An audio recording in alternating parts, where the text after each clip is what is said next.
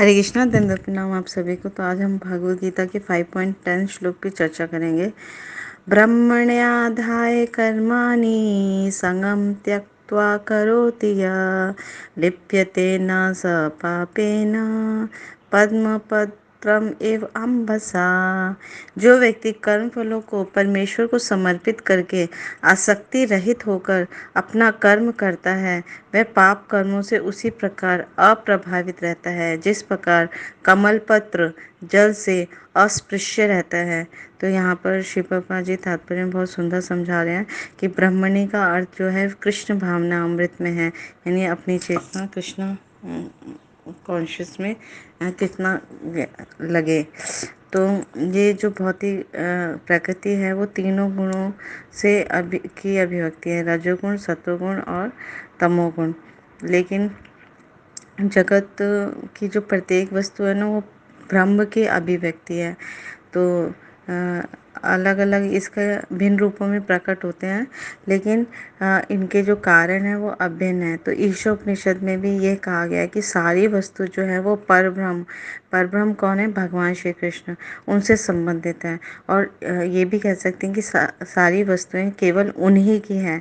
तो जो ये भली भांति जानता है कि भगवान कृष्ण की प्रत्येक वस्तु जो है वो भगवान कृष्ण की है और वही प्रत्येक वस्तु के स्वामी हैं, तो इसलिए वह जो है हर वस्तु भगवान की सेवा में नियोजित करता है। तो उसके ऊपर कोई शुभ और अशुभ कर्मफल नहीं लगते।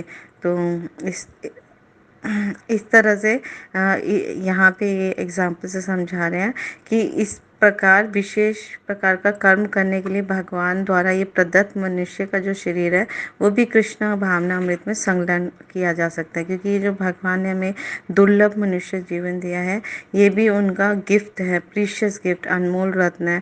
और इस मनुष्य जो शरीर मिला है इसको भी हम भगवान की सेवा में पूर्णतः संलग्न कर सकते हैं। तो ये मनुष्य शरीर भी भगवान का ही है और इसके स्वामी भी कृष्णा ही है। तो हमें इसको भी पूर्णतः भगवान को समर्पित करना चाहिए। तो अगर हम ऐसा करेंगे तो पाप कर्मों के जो कर्म से वैसे ही हम दूर रहेंगे। जैसे कमल का जो फूल होता है वो पानी में रहकर भी, जल में रहकर भी कभी भी भीगता नहीं है। ये उदाहरण बहुत सुंदर है, भागवतम में भी आता है ये उदाहरण। तो जैसे आपने कमल का फूल या कमल के पत्ते देखे होंगे, जल में रहकर भी जल उसके ऊपर डालोगे ना तब भी वो गीला नहीं होता है ना। तो हमें इस भौतिक जगत में रहकर भी अगर हम कृष्णा कॉन्शियस में रहे तो हम अप्रभावित रहेंगे इस भौतिक जगत के कर्म से। और भगवान गीता में भी कहते हैं, भगवद गीता में 3.30 में, कि सारे कर्मों को जो है मुझे अर्पित करो, भगवान कृष्ण को अर्पित करो। तो इस तरह से ये देह जो है भगवान कृष्ण की संपत्ति है और इसे भगवान कृष्ण की सेवा में प्रवृत्त होना ही चाहिए। इसलिए हमें अपने मन, वचन और इंद्रियों सबसे भगवान की सेवा में लगना है। और गुरु महाराज जी बारम्बार कहते हैं कि प्रारंभ जो सेवा होती है वो मुख और जीवा से होती है। जब हम भगवान के पवित्र नामों का जप करते हैं, हरे कृष्णा कृष्णा कृष्णा हरे हरे, हरे राम राम राम हरे हरे, इसी सेवा से, इसी हरे कृष्ण महामंत्र से हम सेवा प्रारंभ करते हैं और भगवान कृष्ण बहुत प्रसन्न होते हैं।